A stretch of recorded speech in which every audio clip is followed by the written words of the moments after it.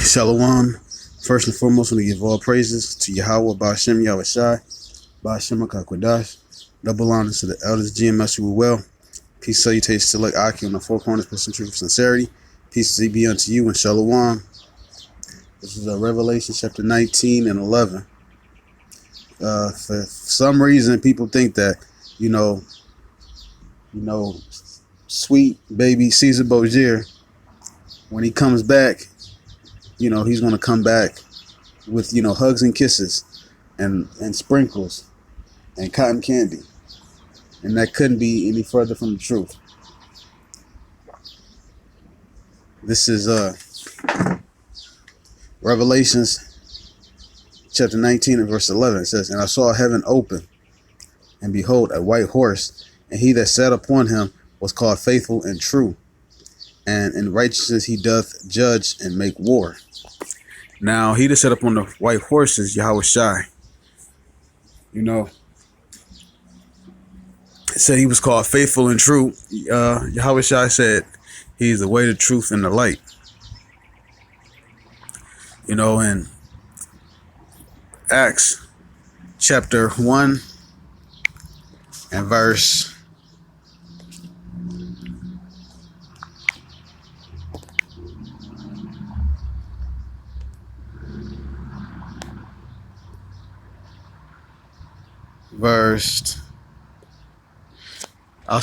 9. "And when he had spoke these things, while they beheld, he was taken up, and a cloud received him out of their sight. And while they looked steadfastly toward heaven as he went up, behold, two men stood by them in white apparel." Interesting. They were clothed in white apparel in Revelation 19:11 that we just read. Verse 11, "Which also said, Ye men of Galilee, why stand ye gazing up into heaven? This same Yahawashi, which is taken up from you into heaven, shall come in like manner as ye have seen him go into heaven." So basically he's saying the same way you saw him go up, same way he's coming back. Let's go back to Revelation 19. Revelation 19:11 says, "And I saw heaven open." It's being open to prepare for Yahawashi to come back, as we just read in Acts. "And behold, a white horse, and he that sat upon him was called Faithful and True, and in righteousness he doth make war." Actually got a little bit ahead of myself, actually.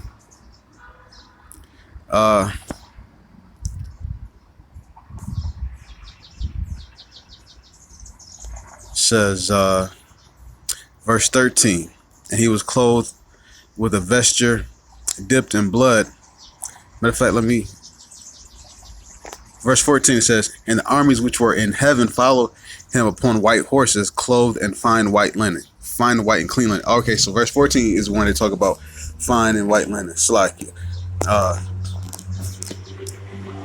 And just so, because I kind of mangled it slightly a bit, just to go back over it. This is Acts chapter 1, verse 8. Verse 10. "And while they looked steadfastly towards heaven as he went up, behold, two men stood by them in white apparel." So that white apparel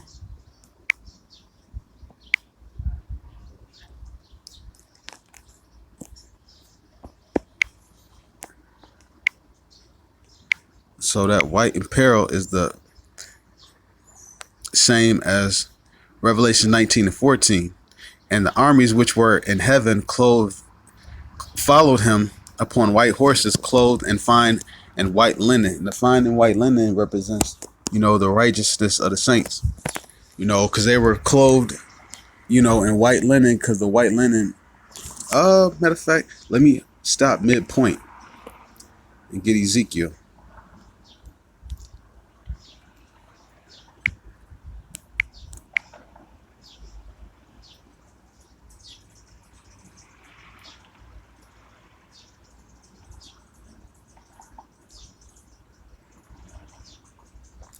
This is Ezekiel 9 and 2 says, and behold, 6 men came from the way of the higher gate, which lieth toward the north, and every man a slaughter weapon in his hand. One man among them was clothed with linen, with a writer's inkhorn by his side, and he went in and stood beside the brazen altar.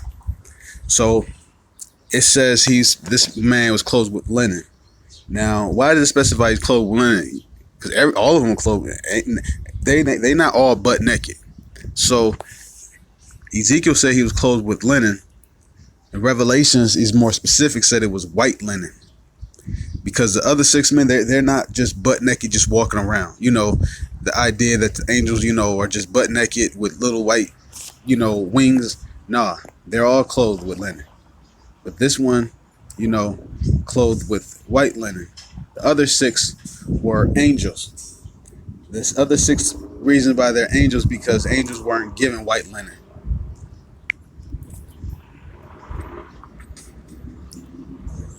This is back to Revelations 19. Ezekiel. Revelations 19:13 says, and he was clothed with a vesture dipped in blood, and his name is called the Word of God. So that white linen was dipped in blood. That would show that vesture dipped in blood is basically because he's going to be killing. That whole idea that he's coming back with cotton candy, because how do you get blood on you? Something has to die, something has to be killed, something has to be murdered.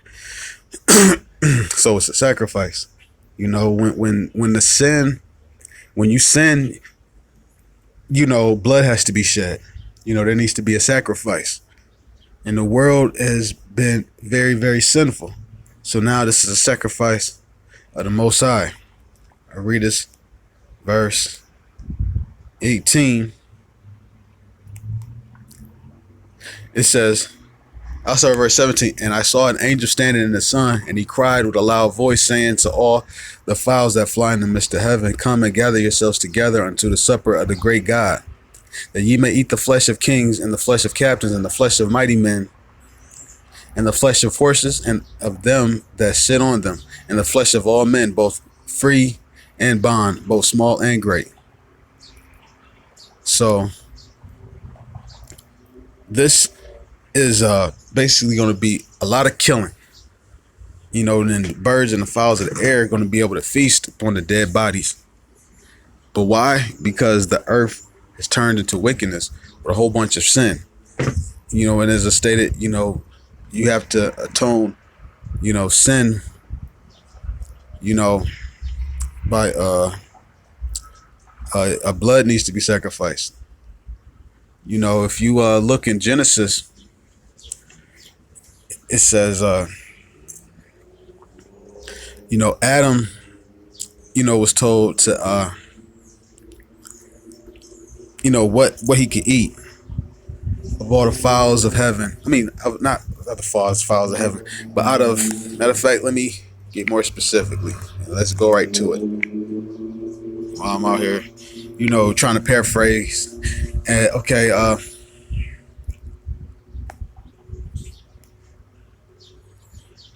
this is verse 26, Genesis 1:26, and God said, let us make man in our image, after our likeness, and let them have dominion over the fish of the sea, and over the fowl of the air, over the cattle, and over all the earth, and over every creeping thing that creepeth upon the earth. So God created man in his own image. In the image of God created he him. Male and female created he them. And God blessed them, and God said unto them, be fruitful and multiply, and replenish the earth and subdue it, and have dominion over the fish of the sea, and over the fowl of the air, and over every living thing that moveth upon the earth. This is the point. Verse 29, and God said, behold, I have given you every herb bearing seed which is upon the face of all the earth, and every tree in which is the fruit of a tree yielding seed. To you it shall be for meat. So all this herbs, he said, for you it shall be for meat. Verse 30, and to every beast of the earth, and to every fowl of the air, and to everything that creepeth upon the earth, wherein there is life, I have given every green herb for meat, and it was so. So all the beasts of the earth, they were allowed to eat. They was given to them for the herbs to eat. Which I'm bringing that point out is because they weren't doing, basically, if you look, start, go to Revelations. Okay, but if you basically look, the Most High gave Adam a diet of meat.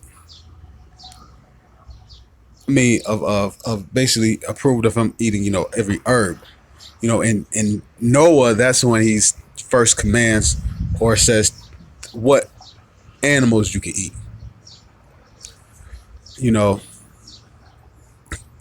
This is a Genesis chapter 4 and verse 1. It says, and Adam knew his wife, and she conceived and bare Cain, and said, I have gotten a man from the Lord. And she bare his brother Abel, and Abel was a keeper of sheep, but Cain was a tiller of the ground. And in process of time it came to pass that Cain brought the fruit of the ground an offering unto the Lord. And Abel he also brought of the firstlings of his flock and of the fat thereof. And the Lord had respect unto Abel and to his offering.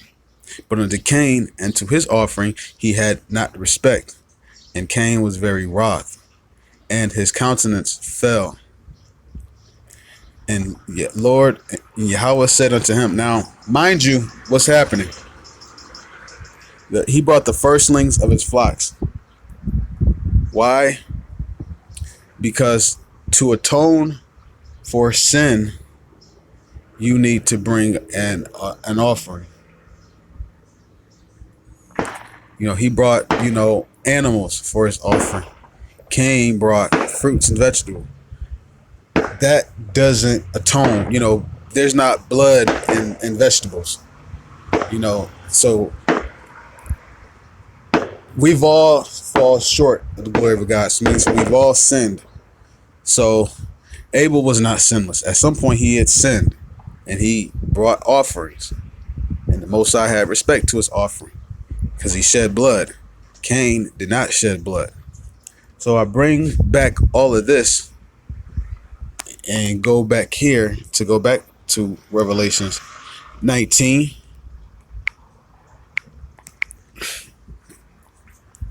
Because all these flesh and animals that's dying is because there was a sin that took place.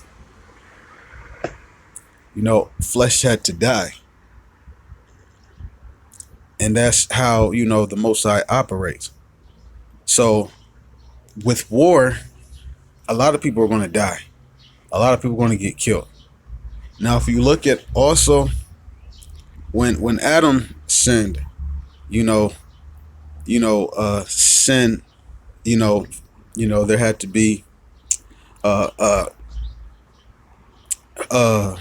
atonement. Blood had to be shed. When Adam sinned, and if you can receive it, Adam, shed his own blood when he was offered up on the cross. You can receive it. Well, also, if you look, when Adam had died, before Adam had died, when he had ate of the forbidden tree of knowledge of good and evil, one thing you recognize, if you peep and gang, the Most High, Adam hid himself with fig leaves when he was trying to when he clothed himself. But the Most High, Yahweh, clothed himself with coats of skin.